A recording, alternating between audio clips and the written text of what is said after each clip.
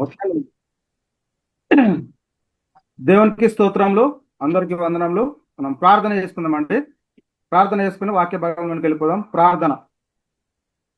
మమ్మల్ని మిక్కిలిగా ప్రేమించిన మా ప్రియ పరలోకపు తండ్రి, మీ ఘనమైన ఉన్నతమైన మహోన్నతమైన నామానికి కృతజ్ఞతాస్తుతులు స్తోత్రాలు చెల్లిస్తున్నాం. అవును దేవా, ఇప్పటి వరకు మీ కృపాస్థలను మమ్మల్ని భద్రపరిచి కాచిక విధానంటే మీకే కృతజ్ఞతాస్తుతులు స్తోత్రాలు తండ్రి. ఈ రాత్రికాల సమయము దేవా, జూమ్ మీటింగ్ ద్వారా తండ్రి మళ్ళొకసారి మీ కృపాస్థలంలో కూడుకున్న భాగ్యాన్ని మాకు అనుగ్రహించారా. అందుని బట్టి మీ కృతజ్ఞతాస్తుతులు స్తోత్రాలు చెల్లిస్తున్నాం. అవును తండ్రి, మీరు మాకు ఇచ్చిన పరిశుద్ధ గ్రంథంలో నుంచి తండ్రి కొన్ని వాక్యాలు మేము పరిశీలిస్తుండగా మీ ఆత్మ జ్ఞానాన్ని అనుగ్రహించండి. ఆత్మ సంబంధమైన సంగతులతో సరిచూసుకుని కృప చూపించి ప్రతి విషయం ద్వారా మీకే ఘనత మహిమ ప్రభావాలు పొందుకోమని ముందున్న సమయం అంతా మీ చేతులు కప్పు చెప్తూ ఈ ప్రార్థన ప్రియకుమారుడు మా ప్రభును రక్షకుడైన యేసుక్రీస్తు వారి పరిశుద్ధమైన నామంలో ప్రార్థన వేడుకుంటున్నాను. పరలోకమందున మా కన్న తండ్రి, ఆమేన్. ప్రభు నందు ప్రియ పరిశుద్ధ దేవుని కుమారులారా, దేవుని కుమార్తెలారా, మీ అందరికీ మన ప్రభును రక్షకుడైన యేసుక్రీస్తు వారి పరిశుద్ధమైన నామంలో వందనములు, శుభములు. మనందరి ఆత్మల కన్నతని అయిన దేవాతి దేవునికి మన ప్రభును రక్షకుడైన యేసుక్రీస్తు వారి పరిశుద్ధమైన నామంలో కృతజ్ఞతాస్తుతులు స్తోత్రములు. మరి దేవుని సన్నిధిలోనికి వచ్చినటువంటి మనం అందరము ఆనందంగా సంతోషంగా ఉన్నామా? మరి ఎందుకు మనము ఆనందంగా సంతోషంగా ఉండాలంటే, ఇప్పుడు మనం ఎక్కడ కూడి ఉన్నామంటే మనందరినీ మనందరి ఆత్మలకు అన్నతని అయిన దేవుని సన్నిధిలో మనం కూడి ఉన్నాం కాబట్టి మనం అందరము ఆనందంగా సంతోషంగా గడపాల్సినటువంటి సమయం. అయితే ప్రియులారా, ఈ రోజు మనము బైబిల్ గ్రంథంలో నుంచి ఒక చక్కటి అంశాన్ని నేర్చుకొని దేవుని నామాన్ని మహిమపరుద్దాం. అయితే ప్రియులారా, ఈ రోజు మనము లేఖనం నేర్చుకునేటువంటి అంశం ఏమిటంటే కాలము సంకుచితమై ఉన్నది అనేటువంటి అంశాన్ని నేర్చుకొని దేవుని నామాన్ని మహిమపరుద్దాం. అయితే ప్రియులారా, ఈ రోజు మనం బైబిల్ గ్రంథంలో నుంచి నేర్చుకునేటువంటి అంశము ఏమిటనంటే కాలము సంకుచితమై ఉన్నది. అయితే పిల్లలు, ఈ అంశం మనం ఎందుకు నేర్చుకోవాలి? అయితే పిల్లల క్రైస్తవులైనటువంటి మనము మరి యేసుక్రీస్తు నామంలో బాప్తిస్మం తీసుకొని సంఘంలో చేర్చబడి విశ్వాసంలో కొనసాగుతున్నటువంటి మనము మరి ఈ కాలం గురించి ఎందుకు తెలుసుకోవాలి అనేటువంటి విషయాన్ని ఒకసారి మనమే పరిశీలించుకోవాల్సిన అవసరం ఎంతైనా ఉంది. ఎందుకు అని అంటే లేఖనం ఏం చెప్తుందంటే కాలం సంకుచితమైనది. అంటే మరి పిల్లలు, మనం కాలం యొక్క విలువను కానీ దాని యొక్క సమయాన్ని కానీ మనం గుర్తించగలుగుతున్నామా లేదా అనేది మనం చాలా జాగ్రత్తగా ఈ రోజు పరిశీలన చేయాల్సినటువంటి అవసరము ఎంతైనా ఉంది. అయితే పిల్లరా, మనం పరిశీలన చేసుకుంటే ఈ లోకంలో ప్రతిదానికి సమయం కలదట. ఎందుకంటే ప్రతిదానికి సమయం కలదంటే ఆకాశం క్రింద ప్రతి ప్రయత్నంకు సమయము కలదు అని లేఖనాలు మనకు తెలిపిస్తున్నాయి. అంటే పుట్టుటకు కానీ, మరి చచ్చుటకు, నాటుటకు, మరి నాటపడిన దాన్ని పెరిగి వేయుటకు, మరి ఇక్కడ బాగు చేయుటకు, పడగొట్టుటకు, కట్టుటకు, పిల్లల ఈడ మళ్ళా ద్వేషించుటకు, కౌగిలించుకున్నటకు, చాలా విషయాలు ఇక్కడ మనం పరిశీలన చేస్తుంటే ఈ లోక సంబంధంగా మనకు కనబడుతుంది. పుట్టిన పిల్లలను ఏడ్చుటకు, పిల్లల మనం ఏడవకపోతే మరి గిల్లి ఏడ్పించేటటువంటి పరిస్థితిని కూడా మనం చూస్తూ ఉన్నాం. అయితే ప్రియులారా, మరి పుట్టినటువంటి పిల్లలు స్కూల్కు వెళ్ళటకు, రావడానికి, ఇలా భూమి మీద ప్రతి ఒక్క ప్రయత్నానికి మనం చాలా స్పష్టంగా మనం గుర్తించగలుగుతున్నాం. అంటే ప్రతిదానికి సమయం కలదు అని ఇక్కడ మనం చాలా జాగ్రత్తగా మనం గుర్తిస్తున్నాం. అయితే ప్రియులారా, ఒక గమనిక, వీటన్నిటికీ కాలం ఉన్నదా, విలువ అంటే కాలం ఉన్నదని మనం తెలుసుకుంటున్నటువంటి పరిస్థితిని మనము చూస్తూ ఉన్నాం. అయితే ప్రియులారా, వీటన్నిటికీ కాలం ఉన్నదని తెలిసినటువంటి నీవు మరి మన కాలం విలువను నువ్వు గుర్తించగలుగుతా ఉన్నావా? మరి వాటి కాలంలో చేయాల్సిన పని నువ్వు అన్ని సమయాల్లో మరి నీ పనులను తుదముట్టిస్తున్నావా లేదా అనేటటువంటి విషయాన్ని మనం చాలా జాగ్రత్తగా గుర్తించాలి. అంటే పిల్లలు, ఇక్కడ మనం పరిస్థితి చేస్తే అన్నిటికీ కాలం ఉన్నదని తెలిసిన నీవు మరి అన్నిటినీ వాటి కాలంలో చేయాలని తెలిసిన నీవు కొన్ని సమయాలను నిర్దేశిస్తూ నీ కాలాన్ని నీవు గుర్తించగలుగుతా ఉన్నావా? అసలు కాలం అంటే నీ శరీరాన్ని విడిచి వెళ్ళే కాలము, నువ్వు ఈ లోకాన్ని విడిచి వెళ్లే కాలం అని మనం మొట్టమొదట గుర్తించగలగాలి. అయితే ప్రియులారా, నీకు తెలియదు. అది మాత్రం ఎందుకు తెలియదు అని అంటే నువ్వు చచ్చే కాలం కానీ, యేసుక్రీస్తు రెండవ రాకడ వచ్చే కాలం కానీ మనకు తెలియనటువంటి పరిస్థితులు. అంటే ఈ లోకంలో ప్రతి దానికి సమయాన్ని మనం గుర్తించగలుగుతున్నాం, ప్రతి ఒక్క దాన్ని మనం గుర్తించగలుగుతా ఉన్నాం. కానీ అయితే ప్రియులారా, మన అంతం ఎప్పుడు వస్తుందో, మరి యేసుక్రీస్తు వారు రెండవ రాకడ ఎప్పుడు వస్తుందో మనకు తెలియనటువంటి పరిస్థితుల్లో మనం ఉన్నాం. కాబట్టి దేవుడు సూచించిన కొన్నిటిని గుర్తించిన నీవు తయారు చేసుకున్న వాటికి కాలాన్ని నిర్దేశిస్తున్న నీవు వెడిలిపోయే కాలం నీకు తెలుసా? నీవు ఈ లోకాన్ని విడిచిపెట్టేటటువంటి కాలం నీకు తెలుసా అంటే తెలియదు. మరి తెలియకపోతే మనం ఏం చేయాలి అంటే, మరి అందుకే లేఖనం ఏం చెప్తుంటే కాలం సంకుచితమై ఉన్నది. మరి మనం చేయాల్సినటువంటి పనులు ఇంకేమైనా ఉన్నాయా లేవా అనేది మనం మొట్టమొదట గుర్తించుకోవాల్సినటువంటి అవసరం ఎంతైనా. ప్రియులారా, ఇక్కడ మనం పరిశీలన చేస్తే నీది ఈ లోకం కాదు, మనం ఒక లోకం నుండి ఈ లోకానికి వచ్చిన వారము. ఎందుకనంటే ప్రియులారా, నేను అనే ఆత్మ ఈ లోక సంబంధమైనది కాదు. ఎక్కడిదంటే ఇది పరలోక సంబంధమైనది, దేవునిలో నుండి వచ్చినటువంటిది.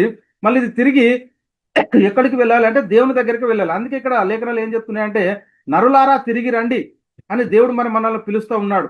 మరి మన పరిస్థితి ఏంటి? తిరిగి వెళ్ళాలి అని అంటే మనం ఈ లోకంలో ఎలా ఉన్నాం? మరి తిరిగి వెళ్ళాల్సినటువంటి ప్రయాణంలో నిజంగా మరి దేవుని సన్నిధికి వెళ్తామా లేదా అనేది మనం మొట్టమొదట గుర్తించుకోవాల్సిన అవసరం ఎంత ఉంది. ప్రియులారా, మనం ఎవరమో మనం తెలుసుకుందాం ఫస్ట్. ఇది మనకు చాలా జాగ్రత్తగా అర్థం కావాలి. ఎందుకంటే తండ్రి అయిన దేవుడు మనకు కూడా తండ్రి. అంటే మనము కుమారులైనటువంటి దైవంలో అని మనం మొట్టమొదట గుర్తించాలి.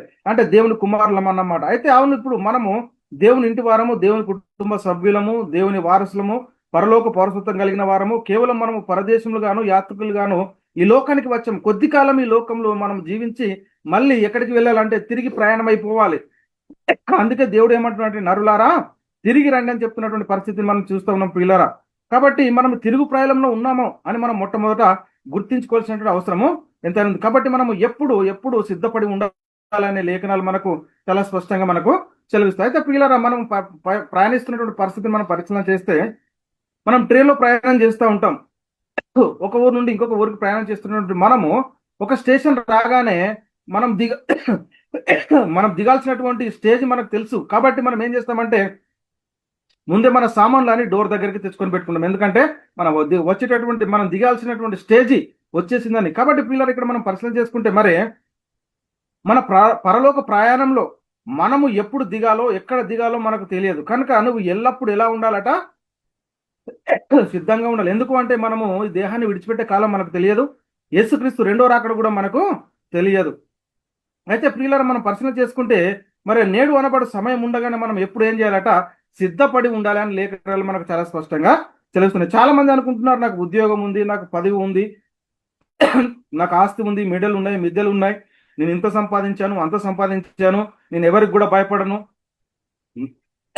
అని చెప్తున్నటువంటి పరిస్థితిని మనము చూస్తూ ఉన్నాం. కానీ ప్రియులారా, మనము ఎంత సంపాదించినా ఏం చేసినా ఈ లోకంలో దేనికి అంటే శరీరానికి మాత్రమే సంపాదించినటువంటి ప్రతి ఒక్క పైసా కానీ దేనికోసం అని అంటే ఈ శరీరానికి మాత్రం, కానీ నేను అనబడుతున్నటువంటి ఆత్మకు కాదు అని మనం మొట్టమొదట గుర్తించుకోవాలి. అయితే ప్రియులారా, నీది కానిది, నీ వెంట రానిది, ఈ మట్టిలో కలిసేదానికి, ఈ మట్టిలో కలిసేది ఏదైతే ఉందో దానికోసమే నువ్వు ఇంత ప్రయత్న పడతా ఉంటే మరి మనమై ఉన్నటువంటి ఆత్మ కోసం మనము ఎంత ప్రయత్నం చేస్తూ ఉన్నాము అనేది మొట్టమొదట మనల్ని మనమే గుర్తించుకోవాల్సినటువంటి అవసరం ఎంతైనా ఉంది ప్రియులారా. వాస్తవమైన జీవము మరి స్థిరమైనటువంటి కళను సంపాదించుకోవడానికి మనం ప్రయత్నం పడుతున్నామా లేదా అని మొట్టమొదట మనల్ని మనం ఒకసారి గుర్తించుకోవాలి. కాబట్టి ప్రియులారా, మనకి ఎందుకు తెలియట్లేదు, ఎందుకు ఈ కాలాల్లో మనము గుర్తించట్లేదు అంటే దీనికి కారణము అసలు నీవెవరో నీకు తెలియదు. అంటే నువ్వు ఏ లోకం నుండి ఈ లోకానికి వచ్చావో నీకు తెలియనటువంటి పరిస్థితిలో చాలా మంది ఉన్నారు. అందుకే నీవు వచ్చిన చోటుకు తిరిగి వెళ్ళే ప్రయత్నం చేయట్లేదు. చాలా మందికి అర్థం కావట్లేదు, మనం ఈ లోకంలోనే జీవించిన తర్వాత మళ్ళీ మనం ప్రయాణమై వెళ్ళేటటువంటి లోకం ఉంది, మనం ఈ లోకానికి యాత్రలు గాను పరదేశులు గాను ఈ లోకానికి వచ్చామని గుర్తించినటువంటి పరిస్థితులు అనేక మంది ఉన్నారని మనం మొట్టమొదట గుర్తించాలి. అయితే ప్రియులారా, మరి రేపు ఏం సంభవించినో మనకు తెలియనటువంటి పరిస్థితిలో ఉన్నాము. కాలం సంకుచితమై ఉన్నది, ఈ లోక నటన గతించుచున్నది, ఇక కాలం బహు కొంచెముగా ఉన్నది. మరి వచ్చేవాడు అంటే యేసుక్రీస్తు ఆలస్యం చేసేటటువంటి పరిస్థితి లేదు.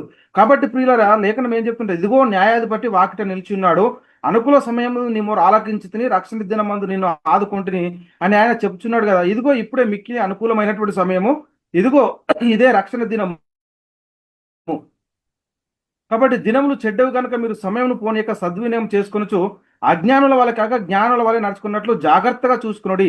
మనం ఈ జీవితకాలం మట్టికి మనం క్రీస్తునందు నిరీక్షించిన వారం ఆయన ఎడల మనుషులందరికంటే దౌర్భాగ్యం అవుదు అని మరి లేఖనాలు చదివిస్తున్నటువంటి పరిస్థితిని మనం చూస్తూ ఉన్నాం. కాబట్టి మరి కాలము సంకుచితమై ఉన్నది, మనం తిరిగి మనం వచ్చినటువంటి దేశానికి వెళ్ళాలి. దేవుడు చెప్తున్నాడు, నరులారా తిరిగి రండి అంటున్నాడు. మరి వెళ్ళే సమయంలో మనకు దేవుడు అనుగ్రహించినటువంటి పని, దేవుడు మనకి ఇచ్చినటువంటి పని ఏదైతే ఉందో దాన్ని మనం మరి నెరవేరుస్తా ఉన్నామా లేదా? మరి దేనికోసము మనం ఈ లోకంలో ప్రయత్న పడుతున్నాం అంటే, నేను అని అంటే ఎవరు అంటే శరీరం కాదు, అంటే మనిషి ఇద్దరు పురుషుల కలయిక. బాహ్య పురుషుడు అంటేనేమో శరీరము, ఆంతర్య పురుషుడు అంటేనేమో ఆత్మ. అయితే ప్రియులారా, మరి నేను అనే ఆత్మకి లోకంలో దేవుడు మనకి ఇచ్చినటువంటి పని ఏంటి అనేది మనం మొట్టమొదట గుర్తించాల్సినటువంటి అవసరం ఎంతైనా ఉంది. కాబట్టి ప్రియులారా, ఈ కాలం విలువ మనం గుర్తించగలుగుతున్నాం. దేవుడు సూచించిన ప్రతి దానికి దాని యొక్క కాలం విలువ తెలుసు, కానీ మనిషికి తెలియట్లేదు. ఎందుకంటే దేవుడు నాకు ఇచ్చిన ఈ ఆయుష్కాలంలో మనం చేయవలసినటువంటి పని ఏంటి, అసలు మనం చేయకపోతే పోయిన కాలాన్ని వెనక్కి తీసుకురాగలుగుతామా? ఈ లోకంలో డబ్బు పోయినా, ఆస్తి పోయినా, బంగ్లాలు పోయినా, భూములు పోయినా వాటిని తిరిగి ఏదో విధంగా సంపాదిస్తాం. కానీ వెడిలిపోయినటువంటి కాలాన్ని మళ్ళీ తిరిగి మనం తీసుకొచ్చేటటువంటి పరిస్థితి ఉందా అంటే ఎంత మాత్రం లేదు అని లేఖనాలు మనకు సెలవిస్తున్నాయి. కాబట్టి పిల్లలు, అందుకే ఇక్కడ మనము లేఖనాన్ని పరిశీలన చేస్తే కొరింథీయులకు రాసిన మొదటి పత్రిక 7వ అధ్యాయము 29వ వచనంలో, సహోదరులారా నేను చెప్పుద మీద ఏమనగా కాలము సంకుచితమై ఉన్నదంటున్నా.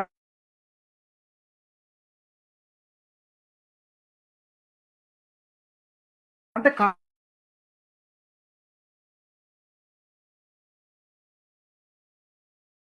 కాలం సంకుచిత ఎప్పుడో మనకు తెలియదు. మరి తెలియనటువంటి పరిస్థితుల్లో మనలో కడగబడినటువంటి మనము మరి సావర్తిక సంఘం మనకు ఇచ్చినటువంటి పనిని మనం నెరవేరుస్తా ఉన్నామా? వాక్యాన్ని ప్రకటిస్తా ఉన్నామా? ప్రియులారా, అనేక మందిని అగ్నిలో నుండి లాగినట్టు లాగుతా ఉన్నామా? వాక్యాన్ని ప్రకటించాలి, అనేక మందిని అగ్నిలో నుండి లాగినట్టు లాగాలి. మనం నేర్చుకున్నటువంటి ఈ సత్యాన్ని అనేకులకు తెలియజేయాలి. సహోదరులను ప్రేమించాలి అంటే ఒక ఆత్మను నిత్య నరకంలో నుండి తప్పించాలి. అంతే తప్ప నీకున్నటువంటి ఆస్తిని ఇవ్వడం కాదు సహోదరులను ప్రేమించడం అంటే. ఒక ఆత్మను నిత్య అగ్ని గుండం నుండి రక్షించడం అని మనం మొట్టమొదట గుర్తించుకోవాలి. అయితే ప్రియులు, ఇక్కడ మనం పరిశీలన చేస్తే హెబ్రీయులకు రాసిన పత్రిక 10:30లో కూడా, ఇక కాలము బహు కొంచెముగా ఉన్నది, వచ్చువాడు ఆలస్యం చేయక వచ్చుచున్నాడు. మరి వస్తే నీ పరిస్థితి ఏంటి? మరి సిగ్గులేని ముఖాలతో ప్రభువును ఎదుర్కొనేటటువంటి ఆ విశ్వాసం మనలో ఉన్నదా? దేవుడు ఇచ్చినటువంటి పనిని సంపూర్ణంగా మనం నెరవేర్చామా లేదా? మన పనిని మనకి ఎంతైతే స్తోమత ఉందో ఆ స్తోమత తగ్గినటువంటి పని మనం ఈ లోకంలో మరి జరిగిస్తున్నామా లేదా అనేది మొట్టమొదట ఒకసారి మనల్ని మనమే పరిశీలన చేసుకోవాలి. అందుకే పిల్లల కాలము సమాప్తమై ఉన్నదట.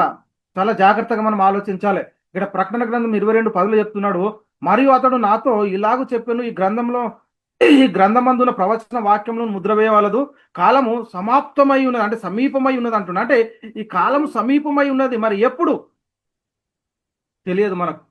ఎప్పుడో ఈ కాలము అంటే క్రీస్తు రెండో రాకడ ఎప్పుడు మనకు తెలియనటువంటి పరిస్థితుల్లో ఉన్నాము.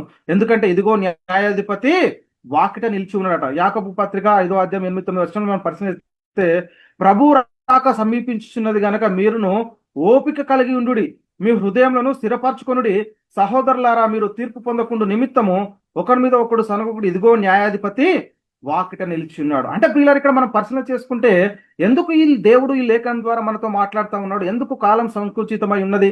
మరి ఎందుకు వచ్చువాడు ఆలస్యం చేయట్లేదు? ఎందుకు న్యాయాధిపతి వాకిట నిలిచి ఉన్నాడు? అంటే పిల్లలు, మనకు తెలియనటువంటి పరిస్థితిలో మనం ఉన్నాము. అంటే మనం విశ్వాసులమని మనం అనుకుంటున్నాము, కానీ ఆ విశ్వాసానికి తగ్గ జీవితాన్ని మనం ఈ లోకంలో జీవిస్తున్నటువంటి పరిస్థితి లేదు. ఖాళీ పేరు పెట్టుకుంటున్నాము, పైకి మాత్రము ప్రభు అంటున్నాం, కానీ మనం లోపల అయితే వెచ్చగలేము, అయితే చల్లగలేము, నునువెచ్చగా ఉన్నటువంటి పరిస్థితిని మనము ఈ లోకంలో చూస్తూ ఉన్నాం. ఏంటి మన పరిస్థితి ఏంటి? మరి ఇలా ఉంటే క్రీస్తు రెండో రాకడ వచ్చినప్పుడు మరి ఆయన ఏమంటున్నాడు? ప్రభు అని పిలిచి ప్రతివాడు పరలోక రాజ్యంలో ప్రవేశించాడు, కానీ మరి తన చిత్తాన్ని నెరవేర్చాలని చెప్తున్నాడు. కాబట్టి మరి వెచ్చగానైనా ఉండాలి, లేకపోతే ఉంటే వెచ్చగానైనా ఉండాలి, లేకపోతే చల్లగానైనా ఉండాలి, లేకపోతే నులివెచ్చకుంటే నేను ఉమ్మి వేస్తానని చెప్తున్నటువంటి పరిస్థితిని కూడా మనం చూస్తూ ఉన్నాం. విశ్వాసాలని పేరు పెట్టుకుంటున్నారు, కానీ చేసేదంతా భ్రష్టత్వము, చాలా భయంకరమైనటువంటి పరిస్థితుల్లో మనకు కనబడతా ఉంది ఈ లోకము. ఎలాంటి పరిస్థితుల్లో ఉన్నామో ఒకసారి మనల్ని మనమే పరిశీలన చేసుకోవాలి. కొరింథీయులకు రాసిన 2వ పత్రిక 6వ అధ్యాయం 2-3 వచనాలు మనం పరిశీలన చేస్తే ప్రియులారు, ఇక్కడ అనుకూల సమయం మందు నీ మొర ఆలకించి తిని రక్షణ దినమందు నిన్ను ఆదుకుంటుని అని ఆయన చెప్పుచున్నాడు కదా. ఇదిగో ఇప్పుడే మిక్కిలి అనుకూలమైన సమయము, ఇదిగో ఇదే రక్షణ దినము. మరి మన పరిస్థితి ఎలా ఉంది? ఇక్కడైనా మార్పు పొందుదామా లేదా? ఇంకా మన పరిస్థితిని మనం చక్కబెట్టుకుందామా? లేక మరి ప్రభు రాకడ వస్తే నీ గతి ఏమైతుందో ఒకసారి ఆలోచన చేయి. ఎలాంటి పరిస్థితిలో ఉన్నావు నువ్వు? ఒకసారి మనల్ని మనం పరిశీలన చేసుకోవాల్సిన అవసరం ఎంతైనా ఉంది. మీరు కాలం నెరిగి నిద్ర మేలుకున్న వేలే అని తెలుసుకున్న లేఖనాలు చెలవిస్తూ ఉన్నాయి. ఏంటట? కాలము నెరగాలి. ఎందుకు కాలం నెరగాలని చెప్తా ఉన్నాడు? ఎందుకు కాలాన్ని ఎరగకపోతే మరి ఎలాంటి పరిస్థితులు ఎదురైతాయి అనేది మనం తెలుసుకోవాలి. ధనవంతుడి లాజరు విషయంలో మనం పరిశీలన చేస్తే పిల్లరా, కాలంను గుర్తించాడా ధనవంతుడు? గుర్తించలేడు. చనిపోతే కనురెప్పపాటు సమయంలో ఎక్కడికి వెళ్ళాడంటే నిత్య నరకములో అగ్ని గుండంలో కాలుతున్నటువంటి పరిస్థితిని మనం చూస్తూ ఉన్నాం. అందుకే ప్రియులారా, కాలం నెరగాల్సినటువంటి పరిస్థితి మనము ఎంతైనా ఉంది. అందుకే చెప్తున్నటువంటి లేఖనం ఏమిటంటే రోమిలకు రాసిన పత్రిక, అపోస్తలుడైన పౌలు గారు రోమిలకు రాసిన పత్రిక 13వ అధ్యాయం 11వ వచనంలో, మరియు మీరు కాలం నెరిగి నిద్ర మేలుకున్న వేళ అయినదని తెలుసుకొని అలాగూ చేయుడి. మనం విశ్వాసం అయినప్పటికంటే ఇప్పుడు రక్షణ మనకు మరీ సమీపంగా ఉంది. అంటే విశ్వాసం అయినప్పటికీ, అంటే మనము విశ్వాసం అయినమంటే మరి రక్షణ పొందామా లేదా? అంటే రక్షణ పొందితేనే కదా మన విశ్వాసం. మరి అందుకే ఇక్కడ ఏం చెప్తుంది, మరి కాలం నెరిగి నిద్ర మేలుకునే వేళ అయినదట. ఎవరికి నిద్ర మేలుకునేవారు? యేసుక్రీస్తు రెండో రాకడలో వచ్చేటటువంటి వారు ఎవరు అనేది మనం మొట్టమొదట గుర్తించాలి. వారు నిద్ర మేలుకునే వేళ అయినదంట. నిద్రిస్తున్నటువంటి నీతిమంతులు యేసుక్రీస్తు రెండో రాకడ వచ్చినప్పుడు క్రీస్తు కూడా ఆయనతో వెంట వచ్చేటటువంటి వారు. మరి వాళ్ళు నిద్ర మేలుకునే వేళ అయినదని చెప్తున్నటువంటి పరిస్థితి. అంటే క్రీస్తు రెండో రాకడ ఎప్పుడో మనకు తెలియదు. కాబట్టి మరి మనం ఎలా ఉండాలి, ఈ లోకంలో ఎలా జీవించాలి అనేది మనం మొట్టమొదటి ఒకసారి గుర్తుంచుకోవాలి. అందుకే మీరు కాలం పెరిగి నిద్ర మేలుకునే వేలైనని తెలుసుకొని అలాగూ చేయుడి. మనం విశ్వాసమైనప్పటికంటే ఇప్పుడు రక్షణ మనకు మరీ సమీపంగా ఉంది. క్రీస్తు రాకడ ఎప్పుడో తెలియదు. కాబట్టి పిల్లల మన పరిస్థితి ఎలా ఉంది, మన విశ్వాస జీవితం ఎలా ఉంది, ఒకసారి మనల్ని మనమే పరిశీలన చేసుకోవాలి. అందుకే మీరు సమయం పోనీయక సద్వినియోగం చేసుకుంటూ మరి ఏం చెప్తున్నట్టు అజ్ఞానుల వల్ల కాక జ్ఞానుల వల్ల నడుచుకున్నాడు అని జాగ్రత్తగా చూసుకోవడం చెప్తున్నటువంటి లేఖనాలను కూడా మనము చూస్తున్నాం. ప్రియుల దేవుడు వాక్యంతో మనల్ని హెచ్చరిస్తూ ఉంటాడు. హెచ్చరిస్తున్నటువంటి పరిస్థితిని కూడా మనం చెప్పుకుంటున్నాం. విశ్వాసులమే, నేను క్రైస్తవునే, నేను ప్రభు రక్తంలో కడగబడ్డాను అని చెప్తా ఉన్నావు. కానీ రక్షణ పొందిన నీ జీవితానికి, రక్షణ పొందక ముందు ఉన్నటువంటి ఈ జీవితానికి ఏం కూడా వ్యత్యాసం ఈ రోజు చాలా మందిలో కనబడట్లేదు ప్రియులారా. ఎందుకు అనంటే దేవుని యొక్క చిత్తాన్ని మరిచి తమ స్వకీయ ఉద్దేశాన్ని మరి జరిగిస్తూ ఉన్నారు. కానీ దేవుని యొక్క చిత్తానికి లోబడినటువంటి పరిస్థితిని మనం ఈ లోకంలో చాలా గుర్తించగలుగుతా ఉన్నాం.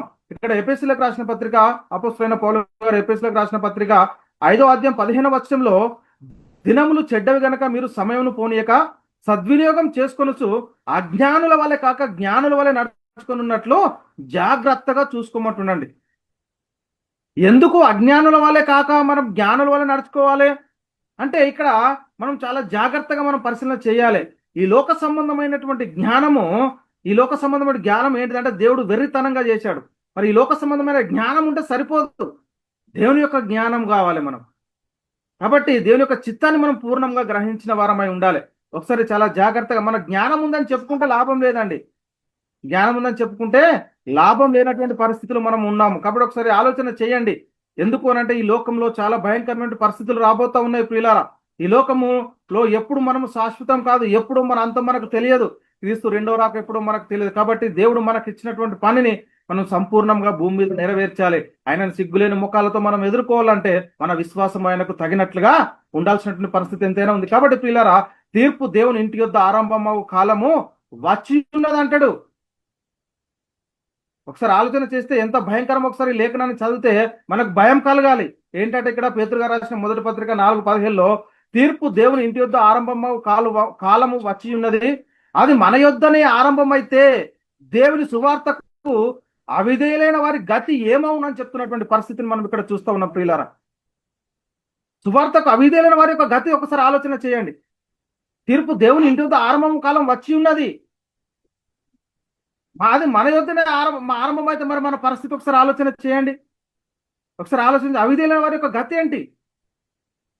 దేవుడు మనకు తెలుసు అంటే మనకు సరిపోదు. ఆయన మనల్ని గుర్తించాలి, ఆయన పనిని మనము జరిగించాలి ప్రియులారా. కాబట్టి ప్రతి సంగతిని విమర్శ సమయం కలదు. ఈ లోకంలో ప్రతి సమస్యకు, ప్రతి సంగతికి విమర్శ జరుగుతూ ఉంటే పరిస్థితిని మనం చూస్తూ ఉన్నాం. ఏ సమయంలో జరగాల్సినటువంటి తీర్పు జరుగుతుంది, కానీ మనకు తెలియనటువంటి పరిస్థితిలో చూస్తూ ఉన్నాం ప్రియులారా. ఇక ప్రసంగి గ్రంథము 8:6లో మనం పరిశీలన చేస్తే, ప్రతి సంగతిని విమర్శించు సమయము ఏర్పరచబడి ఉన్నది, లేని మనుషులు చేయి కీడు బహుభారమవునని చెప్తున్నటువంటి పరిస్థితి మనం చూస్తూ ఉన్నాం. ప్రతి ఒక్క దానికి మనం ఈ భూమి మీద ఈ శరీరంతో జరిగించినటువంటి ప్రతి ఒక్క దానికి లెక్క అప్ప చెప్పాల్సినటువంటి సమయము ఆసన్నమై ఉన్నది. నీ ప్రవర్తనను దిద్దుకో. మనం ఏ ప్రకారంగా జీవిస్తున్నామో మన జీవితాన్ని మరి ప్రభువుకు తగ్గట్టుగా మార్చుకోవాలి. నేను పేరు పెట్టుకుంటే సరిపోదు. ఈరోజు సమయం లేదు, మనకు సమయం లేదు. గబగబా వెళ్తా ఉంటున్నాం. సమయం లేదండి, ఒక్క నిమిషం కూడా సమయం లేదండి. ప్రభు వాక్యానికి సమయం లేదు, దేవుని వాక్యాన్ని నేర్చుకున్నది ప్రకటించడానికి సమయం లేదు, ఇతరులతో పంచుకోవడానికి సమయం లేదు. ఇక్కడ సమయం లేకపోతే అక్కడ కూడా సమయం ఉండదు. నీటి చుక్క దొరకదు, అగ్ని ఆరదు, పురుగు చావదు, వేదన, ఏడ్పు, పళ్ళు కొడుకు, భయంకరమైనటువంటి వేదన ఉంటుంది అక్కడ కూడా. కాబట్టి ఒకసారి ఆలోచన చేయండి. భూమి మీద జరిగిస్తున్నటువంటి ప్రతి పని లెక్కింపబడతా ఉంది. ఇక్కడ మనము శరీరంతో జరిగించినటువంటి ప్రతి ఒక్క పని దేవుడు చూస్తూ ఉన్నాడు. దేవునికి కడబడని సృష్టం ఏది లేదని చెప్తా ఉన్నాయి లేఖనాలు. మనం అనుకుంటున్నాం మనకు తెలియట్లేదులే, దేవుడు మనల్ని చూడట్లేదులే, మనం ఏం చేసినా ఏం కాదులే అని చెప్పుకుంటూ మళ్ళీ ఏం తెలియనటువంటి దేవుని సన్నిధిలో కూర్చుంటే ఏమి కూడా ప్రయోజనం లేదు. ఒకసారి ఆలోచన చేయండి, మనం చేస్తున్నటువంటి క్రియలేంటి? దేవుడు చూస్తూ ఊరుకుంటాడా? తగిన సమయమందు ప్రతి వారికి దేవుని సువార్త కవిదేలిన ప్రతి వారికి ప్రతిదండన సమయము ఆసన్నమై ఉన్నదని మనం మొట్టమొదట గుర్తించుకోవాల్సినటువంటి సమయం ఎంతైనా ఉంది ప్రియులారా. కాబట్టి చాలా జాగ్రత్తగా మనము దేవుని యొక్క వాక్యాన్ని మనం వింటున్నటువంటి పరిస్థితిని వినాలి. కాబట్టి ఈ భ్రష్టత్వం మొదటి శతాబ్ద కాలంలోనే ఏర్పడ్డది. సంఘంలో ఉన్నట్లు మనకు చాలా స్పష్టంగా లేఖనాలు కనబడతా ఉన్నాయి. సాతాను సంఘంలో ప్రవేశించి వాడు ఏం చేస్తున్నాడంటే చెరుపుతా ఉన్నాడు. వాక్యాన్ని నేర్చుకొని వాక్యానికి విధేయులైన వారిని కూడా వాక్యాన్ని ప్రకటింపనీయకుండా సాతాను అనేకమైనటువంటి భ్రష్టత్వాన్ని సంఘంలోనికి తీసుకొచ్చాడండి. చాలా జాగ్రత్తగా మనం ఈరోజు పరిశీలన చేయాలి. ఏంటంటే విన్న వారిని కూడా, ప్రభుతో సహవాసం కలిగి వారు జీవిస్తున్న వారిని కూడా వాడు ఏం చేస్తా ఉన్నాడంటే ప్రభువులో లేని భ్రష్టులుగా చేస్తా ఉన్నాడు. వాడు హెచ్చించుకునేలాగా చేస్తా ఉన్నాడు. నీకంటే గొప్పవాడు ఎవరు లేడు, నువ్వు లేకపోతే ఏది కూడా నడవది, కాబట్టి నువ్వు హెచ్చించుకో అని చెబుతూ అనేక మందిని భ్రష్టత్వం వైపు నడిపిస్తూ మరి సాతానుగాడు జోరుపైపోయాడు. ఇప్పుడు కాదండి, మొదటి శతాబ్ద కాలంలో. ఎలా మనకు తెలుసు అంటే ఇక్కడ చెప్తా ఉన్నాడు అపొస్తలుడైన పౌలు గారు తీతుకు రాసిన మొదటి పత్రిక 16లో, దేవుణ్ణి ఎరుగుదుమని వారు చెప్పుకొందురు గాని అసహ్యులను అవిధేయులను ప్రతి సత్కార్య విషయమే భ్రష్టులై ఉండి తమ క్రియల వలన ఆయనను ఎరగమన్నట్టున్నారు. చూడండి పిల్లరా, ప్రతి సత్కార్య విషయంలో భ్రష్టులు, దేవుని విషయంలో కాదు, సత్కార్యం చేయట్లేదు అంటే భ్రష్టత్వంలోనికి నడిపిస్తున్నారు అనేక మందిని. అంటే వీళ్ళు దేవుని ఎరుగుదామని చెప్పుకుంటారు, కానీ వీళ్ళు చేసే క్రియలన్నీ అసహించుకునేలాగా ఉన్నాయి.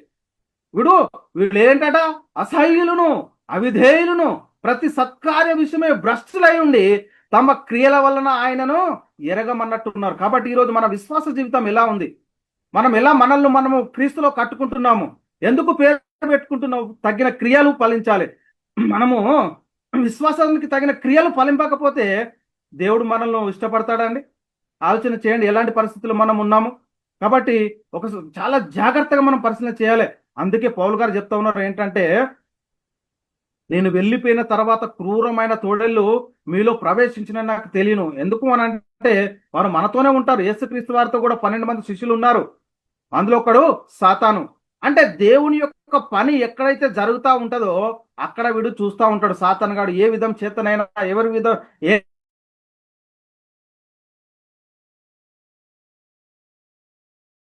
ఎలా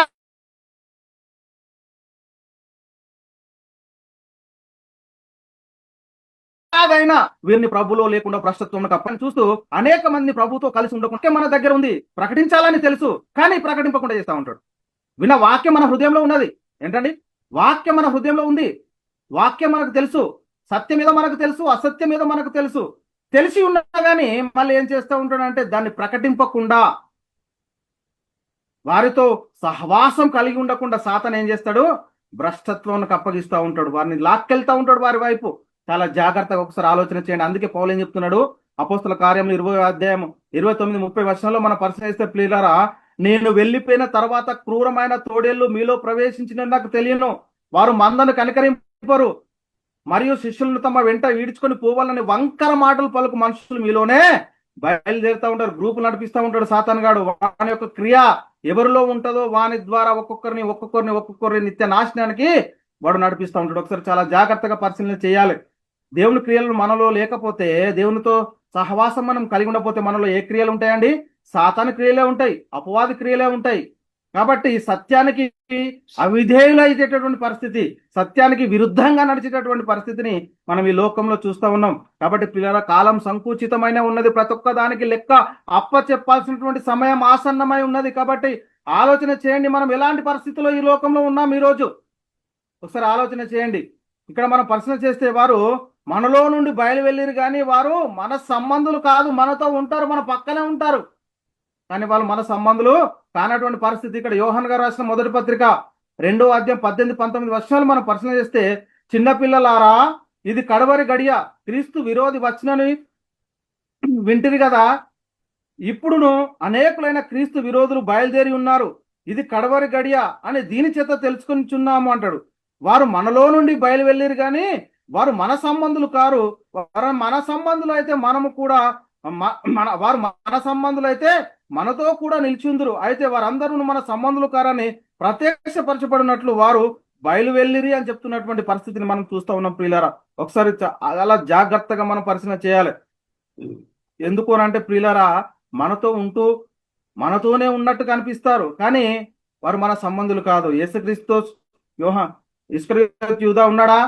ఉన్నాడు. ఎప్పటి వరకు ఉన్నాడు? సమయం కోసం వెయిట్ చేస్తా ఉన్నాడు. అప్పగించేశాడు 33 వెండి నాణాలకు. అంటే వీడు ఏం చేస్తూ ఉంటాడంటే మనతోనే ఉంటాడు, కానీ ఆయన పని జరిగించకుండా చేస్తూ ఉంటాడు. వాడు మనతోనే ఉంటాడు, మనతోనే వింటాడు, అన్ని మనతోనే చేస్తాడు, కానీ మన సంబంధి కాదు. వాడు పక్కకి వెళ్ళిపోతూ ఉంటాడు. కాబట్టి అలాంటి వారిని గమనించాలి అని లేఖనాలు చెలవిస్తా ఉన్నాయి ఇక్కడ. అందుకే ఇక్కడ ఏమంటారంటే అట్టివారు సంఘంలో ఉంటారు, క్రైస్తవులుగా చెలామణి అవుతా ఉన్నారు, కానీ వారి జీవితం అంతా ఎలా ఉందండి? ఎక్కడ ఉంది? వాళ్ళ జీవితం అంతా భ్రష్టత్వం వైపు ఉంది. కాబట్టి ప్రియులరా, మనం చాలా జాగ్రత్తగా మనం పరిశీలన చేయాలి. క్రీస్తు రెండవ రాకడలో మన క్రియలకు ప్రతిఫలం ఉందని మనం మొట్టమొదట గుర్తించాల్సినటువంటి సమయం ఆసన్నమై ఉన్నది. కాబట్టి పరిశీలన చేయండి. ఇది మనకు అర్థం అవుటకు యేసుక్రీస్తు చెప్పిన ఒక ఉపమానాన్ని కూడా మనము పరిశీలన చేయాల్సిన అవసరం ఎంత. కాబట్టి పిల్లలు, ఎందుకంటే కోతకాలం వరకు రెండింటిని కలిసి ఎదగని ఈవిడ అంటాడు. ఎందుకు అనంటే గురుగులు గోధుమలు ఒకేసారి వెదుగుతా ఉన్నాయట. వెదుగుతా ఉంటే మనం అనుకుంటా ఉంటాము, ఈ అనీతి మంతులకు తీర్పు జరగట్లేదేంటి? దేవుడు ఇంత నీచులను కూడా ఎలా ఈ లోకంలో బ్రతకనిస్తా ఉన్నాడని మనం అనుకుంటాం, కానీ ప్రతి ఒక్క దానికి సమయం ఉన్నది. ప్రతి ఒక్క దానికి సమయం ఉన్నది. ఆ సమయం వచ్చినప్పుడు దేవుని యొక్క క్రియ అనేది జరుగుతుంది. ఇక్కడ మనం యేసుక్రీస్తు వారు ఒక ఉపమానం చెప్పాడు. ఏంటి అంటే ఇక్కడ మత్తయి సువార్త 13వ అధ్యాయం 27-30 వచనాలు మనం పరిశీలన చేస్తే, అప్పుడు ఇంటి యజమానుని దాసులు అతని యొద్దకు వచ్చి, నువ్వు పొలంలో మంచి విత్తనములు విత్తితివి కదా, అందులో గురుగులు లెక్క నుండి వచ్చినని అడిగిరి. యజమాని అడిగితే, ఇది శత్రువు చేసిన పని అని అతడు వారితో చెప్పగా, ఆ దాసులు, మేము వెళ్ళి వాటిని పెరికి కూర్చడం నీకు ఇష్టమా అని అతను అడిగిరి. అందుకు అతడు, వద్దు, గురుగులను పెరుగుచుండగా వాటితో కూడా ఒకవేళ గోధుమలను పెళ్ళగింతురు, కోతకాలం వరకు రెండిటిని కలిసి ఎదగనీయుడి. కోతకాలమందు గురుగులు ముందుగా కూర్చి వాటిని కాల్చివేయటకు కట్టెలు కట్టి కట్టలు కట్టి గోధుమలను నా కొట్టులో చేర్చి పెట్టుడని కోతగాండ్లతో చెప్పుదునా నేను. అంటే ఇక్కడ మనము ఏమర్థమైంది అంటే, అనీతిమంతులు నీతిమంతులు ఈ లోకంలో ఎదుగుతా ఉన్నారు. మనము అనుకున్న విధంగా వెంటనే వారికి శిక్ష అనేది రాదు ఎప్పుడు. అందుకే ఇక్కడ చెప్తున్నాడు, గోధుమలలో ఈ గురుగులు ఎక్కడి నుంచి వచ్చాయంటే సాతాను క్రియ, సాతాను విత్తాడు.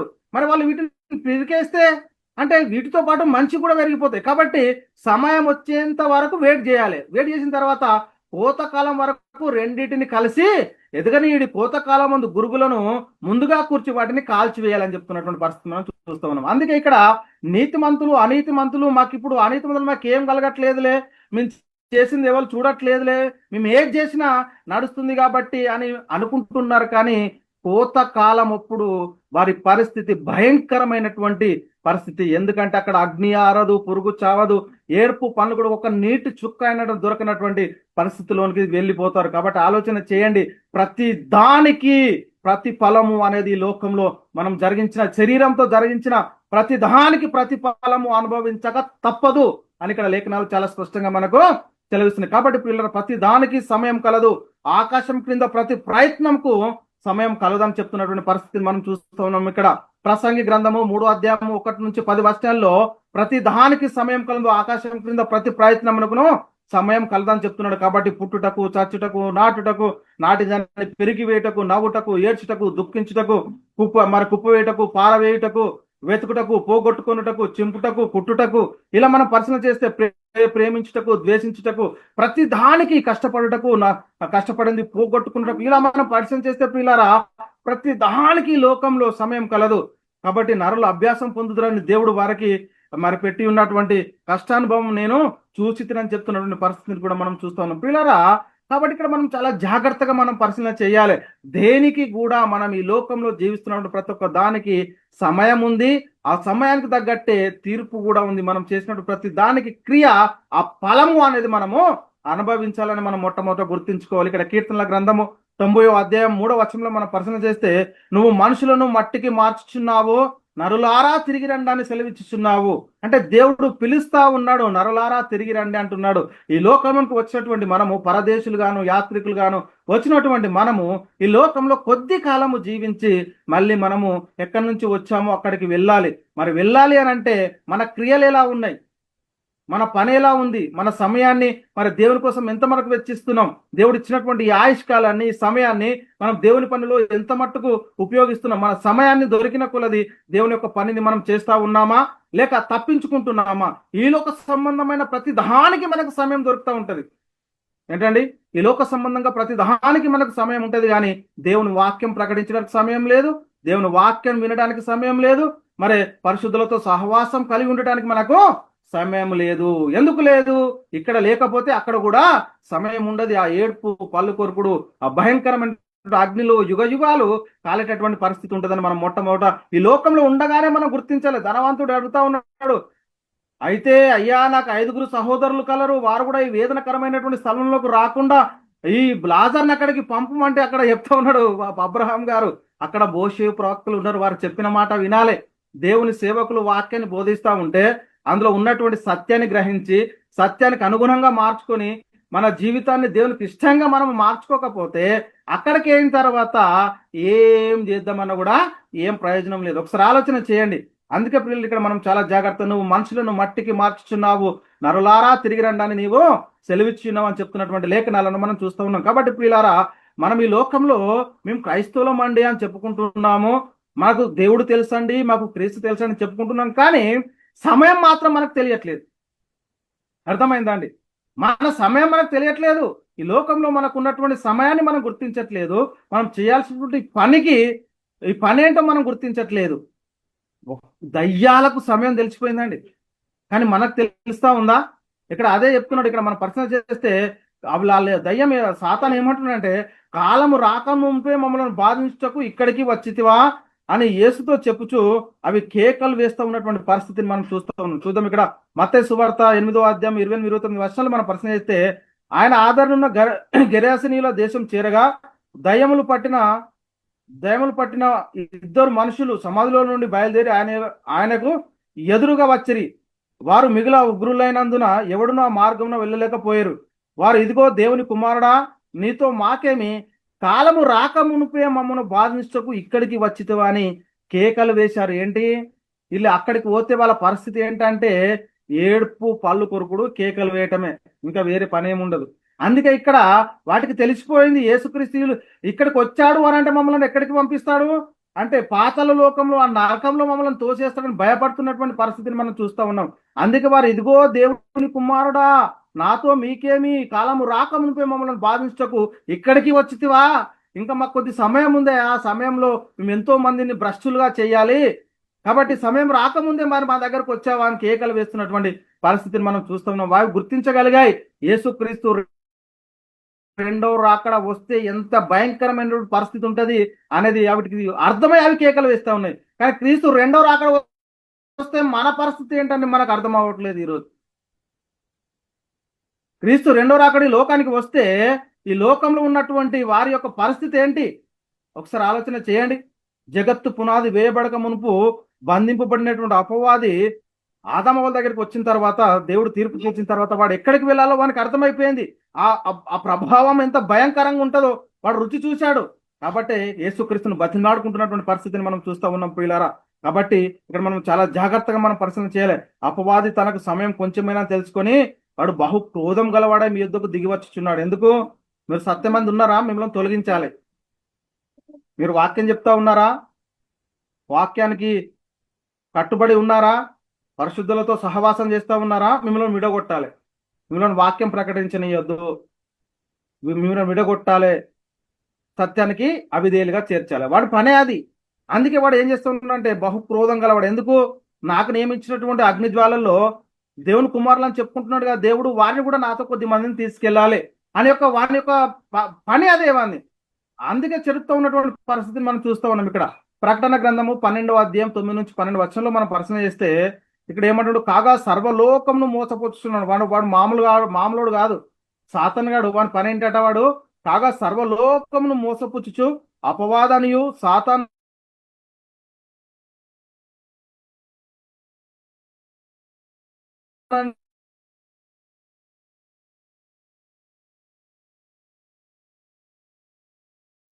పేరుగల ఆది సర్పమైన మహాఘట సర్పం దూతలు దానితో కూడా పడదోయబడిరి. ఇంటిని రాత్రి పగళ్ళు మన దేవుని ఎదుట మన గనక ఇప్పుడు ఏంటంట అపవాది ఎక్కడ పడదోయబడి ఉన్నాడు అండి. ఇక్కడ ఏమంటారు, మరి ఒక గొప్ప స్వరము పరలోకమందు ఇలాగూ చెప్పుట వింటిని, రాత్రింపగళ్ళు మన దేవుని ఎదుట మన సహోదరుల మీద నేరం మోపుడైన అపవాది పడద్రోయబడి ఉన్నాడు గనక ఇప్పుడు రక్షణ శక్తి రాజ్యం మన దేవుని ఆయను, ఇప్పుడు అధికారము ఆయన క్రీస్తు ఆయన చెప్తున్నటువంటి పరిస్థితిని మనం చూస్తూ ఉన్నాం. కాబట్టి పిల్లరా, వారు గొర్రెపిల్ల యొక్కయు వారు గొర్రెపిల్ల రక్తమును బట్టి తాము ఇచ్చిన సాక్ష్యం బట్టి వాణిని జయించి ఉన్నారు కానీ మరణం వరకు తమ ప్రాణములను ప్రేమించి వారు కారు అంటాడు. అందుచేత పరలోకమా పరలోక నివాసులారా ఉత్సహించుడి, భూమి సముద్రమా మీకు శ్రమ, అపవాది తనకు సమయం కొంచెమే అని తెలుసుకొని బహు క్రోధం గలవాడ మీ యొద్దకు దిగి వచ్చుచున్నాడు. ఒకసారి ఆలోచన చేయండి. మన క్రియల వలన మనం చెప్తాం, ఒక చెట్టు యొక్క ఫలాన్ని బట్టి మనం చూస్తాం ఇది చేదు ఫలమా తీయటి ఫలమా అనేది. మన క్రియలు ఎలా ఉన్నాయి, మన క్రియలను బట్టి ఒకసారి ఆలోచన చేయండి. ఇతరులను మోసపుచ్చడానికే ఉన్నాయా మన క్రియలు? ఎలాంటి పరిస్థితుల్లో ఉన్నాము? ఇతరులు ఆశించేటట్టే ఉన్నాయా మన క్రియలు? మనం ఈ లోకంలో జీవిస్తున్నాం కానీ ఎంత భ్రష్టులుగా జీవిస్తున్నాం ఒకసారి ఆలోచన చేయండి. ఎంత భయంకరంగా జీవిస్తున్నాం ఒకసారి ఆలోచన చేయండి.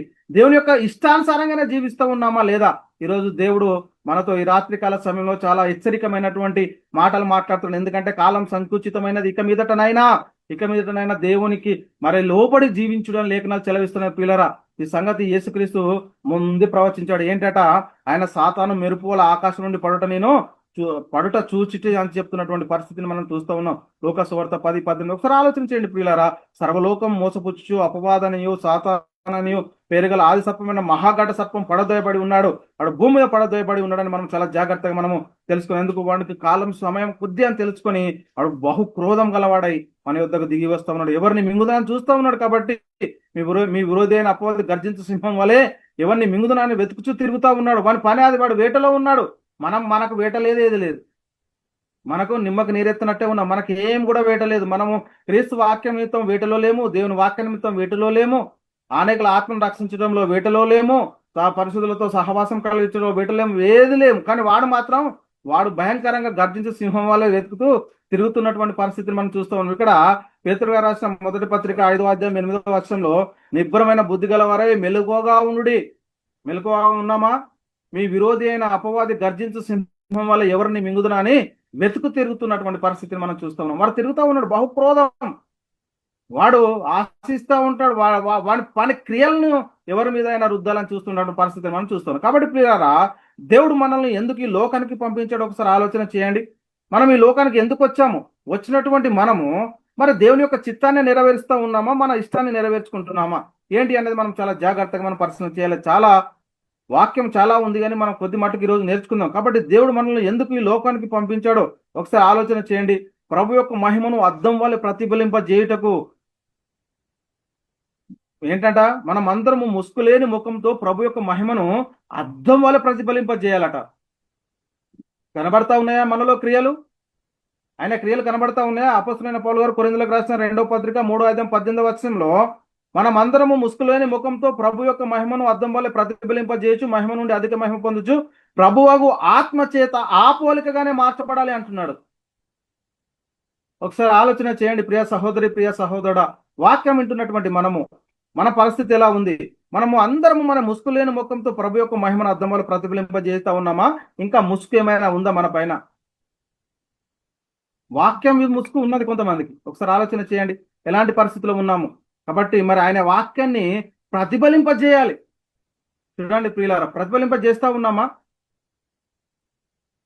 మహిమ నుండి అధిక మహిమ పొందుచు ప్రభువాకు ఆత్మచేత ఆ పోలికగానే మనం మార్చబడాలని చెప్తున్నటువంటి పరిస్థితిని చూస్తాం. కాబట్టి ప్రియులారా, మనల్ని చీకటిలో నుండి ఆశ్చర్యకరమైన తన వెలుగులోనికి మేము పిలిచిన వాని గుణాతిశయాలను మనం పరిచయం చేయాలి. ఒకప్పుడు ఎక్కడున్నామో మర్చిపోయాము, వచ్చాము, రక్షణ పొందాము, బాప్తిసం తీసుకున్నాం, మన పని అయిపోయింది. ఏంటండి, వాక్యము మన పరిస్థితి ఎలా ఉందంటే, వచ్చాము, వాక్యం విన్నాము, రక్షణ సువార్త విన్నాము, క్రీస్తుని అంగీకరించాము, బాప్తిసం తీసుకున్నాము, మళ్ళా మన పని ఎక్కడ వేసిన గొంగడ అక్కడలాగానే అయిపోయింది. ఎందుకంటే మనం చేయట్లేదు, మన సమయాన్ని మనం గుర్తించట్లేదు. కాబట్టి మనం ఒకప్పుడు ఎలాంటి పరిస్థితుల్లో ఉన్నాము, ఎక్కడి నుంచి పిలువబడ్డాం, పిలువబడినటువంటి మనము ఈరోజు మనం పైన ఉన్నటువంటి ఆ బాధ్యత ఏంటి? ప్రతి ఒక్కరు నాకు సమయం రాలేదండి అంటాడు ఇంకొక ఆయన. ఒక ఆయన అంటాడు రేపు చెప్దాంలే అంటాడు, ఇంకొక ఆయన ఎల్లుండి చెప్దాంలే, ఇంకా కొంచెం టైం ఉందిలే, ఇంకొక నెల, ఇంకొక 2 నెలలు, ఇంకొక 3 నెలలు. అయ్యా తెల్లారి వరకు నువ్వు ఉంటావో నేను ఉంటానో మనకే తెలియదు. ఇంకా నువ్వు 2 నెలలు 3 నెలలు ఎక్కడా నువ్వు బ్రతికే జీవితము? మన మన అంతం ఎప్పుడో తెలియదండి. ఈ లోకంలో చూస్తూ ఉన్నాము. మా రిలేషన్ ఒక్కరు ఒకటే రోజులో ప్రొద్దు నుంచి సాయంత్రం వరకు కొంచెం అనారోగ్యంతో వచ్చేసి వెళ్ళిపోయారు. అంటే ఈ లోకంలో మనిషి ఆయుష్కాలం ఎంత భయంకరంగా ఉందో ఒకసారి ఆలోచన చేయండి. ఇంతలో కనబడి అంతలో మాయమైపోయి నీటి ఆవిరి వంటి జీవితాలు మనకి. కాబట్టి ఈ లోకంలో మనం దేనికోసం బ్రతుకుతూ ఉన్నామండి? మన క్రియలు, ఇది కావాలి, అది కావాలి, వారిది దోచుకోవాలి, వీరిది దోచుకోవాలి, ఇది తీసుకోవాలి, అది తీసుకోవాలి, దానికోసమే ప్రయత్నం పడతా ఉన్నాం. కానీ మనం క్రీస్తు దగ్గర, అంటే క్రీస్తులో లేని వారి గురించి కాదు నేను మాట్లాడేది, క్రీస్తులోనికి వచ్చిన వారితో మాట్లాడుతూ ఉన్నాను. అలాంటి పరిస్థితుల్లో ఉన్నారు ఈరోజు చాలా మంది. అదే దేవుడు ఈరోజు వాపోతూ ఉన్నాడు, ఏంటి నా పిల్లలు ఇలా అయిపోయారు అని. ఇక్కడ అదే పేతురు గారు రాసిన మొదటి పత్రిక 2వ అధ్యాయం 9వ వచనంలో, అయితే మీరు చీకటిలో నుండి ఆశ్చర్యకరమైన తన వెలుగులోనికి మిమ్మల్ని పిలిచిన వాని గుణాతిశయములను ప్రచురం చేయ నిమిత్తము ఏర్పరచబడిన వంశమును, రాజులైన యాజక సమూహమును, పరిశుద్ధ జనం. అంటే ఒకప్పుడు ప్రజగా ఉండగా ఇప్పుడు దేవుని ప్రజ అయితిరి, ఒకప్పుడు కనికరింపబడక ఇప్పుడు మనము కనికరింపబడిన వారం అవుతుంది. కాబట్టి ఒకసారి ఆలోచన చేయండి ప్రియులారా, మన పరిస్థితి ఎలా ఉంది ఒకసారి ఆలోచన. దేవుడు మనల్ని ఎంతగా ప్రేమించాడు, మన కోసం తన సొంత కుమారుని అప్పగించాడు. మరి మనం ఏం చేస్తా ఉన్నామండి? పొందుకున్నటువంటి రక్షణని మనం కాపాడుకోలేకపోతా ఉన్నాం. ఈరోజు ఇతరులను ఏం రక్షించే పరిస్థితుల్లో ఉన్నాం మనం? ఒకసారి ఆలోచన చేయండి. దేవుడు తన కృపా మహిమకు కీర్తి కలిగినట్లు మనల్ని తన కోసం నిర్ణయించుకున్నాడు. ఎపిఎస్లకు రాసిన పత్రిక 1వ అధ్యాయం 4 నుంచి 6 వచనాలు మనం పరిశీలన అయితే, ఇది ఎట్లనగా తన ప్రియనియందు తాను ఉచితంగా మనకు అనుగ్రహించే తన కృపా మహిమకు కీర్తి కలిగినట్లు తన చిత్ర ప్రకారమైన దయా సంకల్పం చొప్పున యేసుక్రీస్తు ద్వారా తనకు కుమారులుగా స్వీకరించకే మనల్ని ముందుగా తన కోసం నిర్ణయించుకొని మనం తన ఎడత పరిశుద్ధులను నిర్దోషమై ఉండాలని జగత్తు పునాది వేయబడక మునిపే ప్రేమ చేత ఆయన క్రీస్తులో మనల్ని ఏర్పాటు చేసుకున్నాడు. అంటే మరి ఇప్పుడు దేవుని యొక్క సంకల్పాన్ని మనం గుర్తించగలుగుతా ఉన్నామా? ఈ లోకంలో క్రీస్తులోనికి వచ్చినటువంటి తర్వాత అసలు మన క్రియలు ఎలా ఉన్నాయి? అప్పుడు అలాగే ఉన్నాము, ఇప్పుడు అలాగే ఉన్నాము. ఏమైనా మార్పు మనలో కనబడతా ఉందా లేదా అనేది ఒకసారి ఎదుటి వాళ్ళు కాదు, మనల్ని మనమే ఒకసారి పరిశీలన చేసుకోలేదు పిల్లరా. ఒకసారి ఆలోచన చేయండి. అందుకే ఆకాశంకు భాష లేదు, అది మాట్లాడలేవు, వాటి స్వరము వినపడదు, కానీ దేవుని మహిమను వివరించున్నవి అన్నీ ఉన్న మనము ఏమి కూడా ప్రయోజనం లేదు. ఏంటండి, మనకు అన్ని ఉండగానే మురగలేని కుక్కలు. ఇప్పుడు కొన్ని కుక్కలు ఉంటాయి మురగయట. అన్ని ఉన్నా మనం ఏం చేయలేనటువంటి పరిస్థితులు ఉన్నాం. స్వరం ఉంది, దేవుడు మంచి స్వరం ఇచ్చాడు, మంచి చదువు ఇచ్చాడు, జ్ఞానం ఇచ్చాడు. ఇచ్చినటువంటి దాంతో ఆయన పని చేయమంటే నాకు సమయం లేదు, మళ్ళొచ్చే నెల, మళ్ళొచ్చే వారం, ఇలా దేవుని వాక్యాన్ని మనం ప్రతిరోజు ఇలా చెప్పుకుంటూ పోతే ఎప్పుడు ఒకప్పుడు పుట్టుకోమంటే అక్కడ పోయి మన పరిస్థితి ఎలా ఉంటుందో ఒకసారి ఆలోచన చేయండి పిల్లరా. కాబట్టి ఆకాశము దేవుని మహిమను వివరించుచున్నవి. ముగించుకుందామండి. ఆకాశంలో దేవుని మహిమను వివరించుచున్నవాట. కీర్తనల గ్రంథము 19వ అధ్యాయం 1 నుంచి 6 వచనాల్లో ఆకాశంలో దేవుని మహిమను వివరించుచున్నవి, అంతరిక్షము ఆయన చేతి పనిని ప్రచురించుచున్నది. ఒకసారి ఆలోచన చేయండి. పగటికి పగలు బోధించుచున్నది, రాత్రికి రాత్రి జ్ఞానం తెలుపుచున్నది. వాటికి భాష లేదు, మాట్లాడలేవు, వాటి స్వరం వినబడదు, వాటి కొలనులు భూమి అంతటా వ్యాపించి ఉన్నది. ఇక్కడ చెప్తున్నారు వ్యాపించి ఉన్నది అని చెప్తున్నారు. లోక దిగంతంలో వరకు వాటి ప్రకటనలు వెళ్ళుచున్నవి. వాటిలో ఆయన సూర్యునికి ఇక్కడ చూడండి వాటిలో ఆయన సూర్యునికి గుడారము వేసెను. అతడు తన అంతఃపురంలో నుండి బయలుదేరి పెళ్లి కుమారుని వలె ఉన్నాడు. సూర్యుడు పరిగెత్తి సొమ్మసిల్లున్నట్లు తన పదము నుండి పరిగెత్తి సొమ్మసిల్లుచున్నాడు అని చెప్తున్నటువంటి పరిస్థితి మనం చూస్తున్నాం. అతడు ఆకాశం దిక్కు నుండి బయలుదేరి ఆ దిక్కు వరకు దాని చుట్టూ తిరుగుచు వచ్చుచున్నాడు. అతని వేడిమికి మరుగైనది ఏది లేదు. అంటే సూర్యుడు చంద్రుడి విషయంలో మనం పరిశీలన చేస్తే ఇందులో భావం ఏంటంటే, ఆవిటికి భాష లేదు, నోరు లేదు, ఆయనను వాటి పనులు చేస్తూ ఉన్నాయి. పగటికి పగలు బోధించున్నట్టు, రాత్రికి రాత్రి జ్ఞానం తెలుపుతున్నాయి. వాటికి దేవుడు ఏదైతే నిర్మించాడో, సూర్యుడికి చెప్పాడు నువ్వు పగట్లు, రాత్రికి చంద్రుడికి చెప్పాడు నువ్వు నైట్, మీరు రావాలి జ్యోతులు, మీరు ఈ 2 జ్యోతులు ప్రకాశించాలి. దేవుడు చెప్పినటువంటి పనిని అవి సంపూర్ణంగా నెరవేరుస్తూ ఉన్నాయి. ఎక్కడ కూడా ఒక రోజు కూడా మానట్లేదు. వావి చేసే పనులు వావి చేస్తూ ఉన్నాయి. కానీ మనకు చెప్పండి, మీరు సర్వలోకానికి వెళ్ళి సర్వసృష్టికి సువార్త ప్రకటించండి అంటే మరి మనం ఏం చేస్తా ఉన్నాం? మన పనిని తుదముట్టిస్తున్నామా లేదా? ఒకసారి ఆలోచన చేయండి. ఆయన అదృశ్య లక్ష్యంలో అనగా ఆయన నిత్య శక్తి దేవత్వమును జగత్తుత్పత్తిని మొదలుకొని సృష్టించబడిన వస్తువులు ఆలోచించడం వల్ల తెలియబడుచున్న దేని యొక్క సృష్టి ఎలా జరిగించబడింది, దేని యొక్క చిత్తాన్ని ఎలా నడుస్తా ఉన్నాయి కాబట్టి మనకు తెలియట్లేదు. కాబట్టి పిల్లలు ఎందుకనగా దేని గురించి తెలియదు. ఒకసారి ఆలోచన చేయండి, మన పరిస్థితి ఎలా ఉంది. అందుకే చెప్తున్నాడు, ముగించుకుందామని లాస్ట్ వచ్చినాము, చాలా ఉన్నాయి, మళ్ళీ ఒకసారి నేర్చుకునడానికి మనం ప్రయత్నం చేద్దాం. చీమల కట్ట న్యాయాధిపతి లేకున్నాను, పై విచారణకర్త లేకున్నాను, అధిపతి లేకున్నాను, అవి వేసవ కాలమందు ఆహారం సిద్ధపరచుకుంటాయట, కోతకాలమందు ధాన్యం కూర్చుకుంటూ వాటి నడతల ద్వారా మనకు జ్ఞానం బోధించుచున్నామని చెప్తున్నాడు.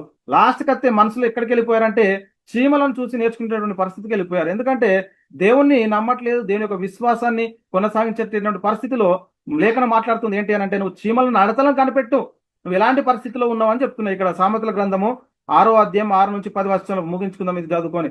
చీమలు ఇక్కడ మనం పరిశీలన చేసుకుంటే, సోమరి చీమల యొద్దకు వెళ్ళుము, వాటి నడతలు కనిపెట్టి జ్ఞానం తెచ్చుకొనుము, వాటికి న్యాయాధిపతి లేకున్నను, పై విచారణకర్త లేకున్నను, అధిపతి లేకున్నను, అవి వేసవ కాలమందు ఆహారం సిద్ధపరచుకొనును, కోతకాలమందు ధాన్యం కూర్చుకొనును. సోమరి ఎందాక నువ్వు పడుకొని ఉందువు, ఎప్పుడు నిద్ర లేచేదవు, ఇంకా కొంచెం నిద్రించేదని కొంచెం కునికేదనని అనుకొనిచున్నావు, చేతులు ముడుచుకొని పండుకున్నావు అని చెప్తున్నటువంటి పరిస్థితి మనం చూస్తూ ఉన్నాం. కాబట్టి ప్రియులారా, మరి మన పరిస్థితి ఎలా ఉంది? మరి మనము మన సమయంలో మనము చేయాల్సినటువంటి పనులు మనం సక్రమంగా చేస్తా ఉన్నామా? మరి ఏ కాలమందు ఆ కాలము పని చేస్తూ ఉన్నాయి. దేవుడు సృష్టించిన ప్రతి సృష్టము దేవుడు యొక్క పని జరిగిస్తూ ఉన్నాయి. చీమలు కూడా అవి ఏం చేస్తూ ఉన్నాయంటే వేసవి కాలమందు ఆహారం సిద్ధపరచుకుంటున్నాయి, కోతకాలమందు ధాన్యం కూర్చుకుంటున్నాయి. అందుకే చెప్తుండే, సోమరి ఎందాక నీవు పడుకొని నువ్వు ఎప్పుడు నిద్ర లేచేది, ఇంకా కొంచెం కాలం అంటే మనం ఏం చేస్తుండే, పోస్ట్ పోన్.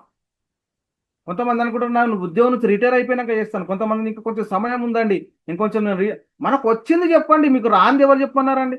ఏది తెలుసుకున్నామో ఎంతవరకు వచ్చో అంతవరకు మనం 5 నిమిషాలు 10 నిమిషాలు దేవుని వాక్యం మనం బోధించడం ద్వారా మనము కొద్దిగా దేవుళ్ళు ఎదుగుతున్న కొద్దీ మనం ఎంత అయితే నేర్చుకున్నామో అంత ప్రకటించుకుంటూ వెళ్ళిపోతా ఉంటే దేవుని యొక్క పని చేస్తాం. దేవుడు అడుగుతా ఉంటాడు, నీకు ఇచ్చినటువంటి తలాంతును నువ్వేం చేసావని అడిగితే మన దగ్గర సమాధానం ఉండదు.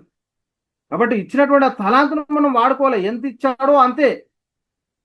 కాబట్టి పిల్లలు మనం పరిశీలన చేసుకుంటే, పిల్లలకు పెద్దవాళ్ళు అయితే మనం నీళ్లు తీసుకురానికి వెళ్తే పెద్ద బిందె ఎత్తుకుంటాము, చిన్నపిల్లలకి అయితే చిన్న చెంబిస్తాం. అంటే ఎవరి స్తోమతను బట్టి వారు తమ పని చేయాలి. కాబట్టి పిల్లల ప్రతి దానికి సమయం విలువ తెలుస్తా ఉంది. కాబట్టి మరి మన పరిస్థితి అంటే క్రీస్తును సొంత రక్షకునిగా అంగీకరించినటువంటి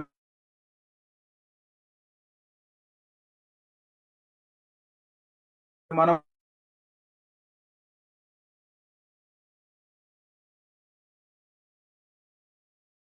మరి ఈ లోకంలో జీవిస్తున్నాం, క్రైస్తవులుగా సువార్త ప్రకటించాలి, అనేక మందిని అగ్నిలో నుండి ప్రకటించాలి. అప్పుడే ప్రియులారా మనము మరి ఆలోచన చేయండి, మన పరిస్థితి ఎలా ఉంది? మరి మనం దేవుని యొక్క పనిలో ఉన్నామా? దేవుని యొక్క పనిని మనం తుదముట్టిస్తున్నామా?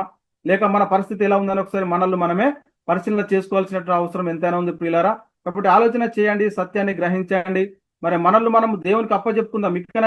ఇకనైనా మనము మరి దేవుడు మనకిచ్చినటువంటి ఈ పనిని భూమి మీద సంపూర్ణంగా నెరవేర్చడానికి మనము ప్రయత్నం చేద్దాం. కాబట్టి ఇట్టి కృప దేవుడు మనందరికీ అనుగ్రహించిన గాక. చెప్పబడినటువంటి వాక్యము దేవుడు మనందరి హృదయంలో నీరు గట్టి ఫలింపజేయును గాక. ఆమెన్.